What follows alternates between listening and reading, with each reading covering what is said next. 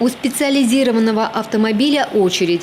Передвижной пункт вакцинации удобно расположился у торгового центра. Здесь всегда многолюдно. За один день обслуживает больше 100 желающих. Работаем с 10:30 до 16:30 по выходным дням. С собой паспорт и медполис.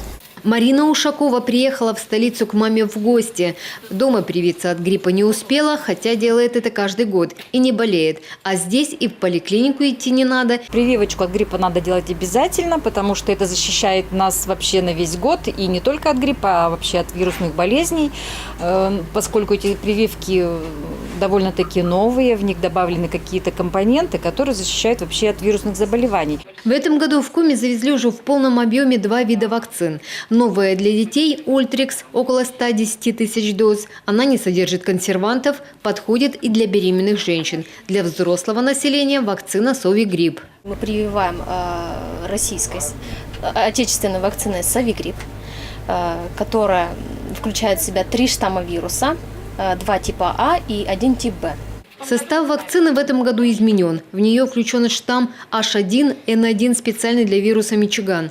По мнению медиков, именно этот грипп будет циркулировать в этом году. И сейчас самое время для профилактики опасного заболевания. Иммунитет формируется до 15 дней. Эпидподъем пока не зафиксирован. В какие-то годы не делал, поэтому решил сделать, чтобы не болеть. А если даже заболею, то все равно не будет осложнений и последствий таковых. За прошедшую неделю симптомами вирусных и респираторных заболеваний в поликлинике Коми обратились 8700 человек. Больше половины – дети. Случаев гриппа не зарегистрировано.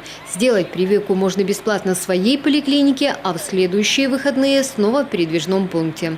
Елена Кононова, Ольга Коняева, Василий Янин, телеканал Юрган, Сыктывкар.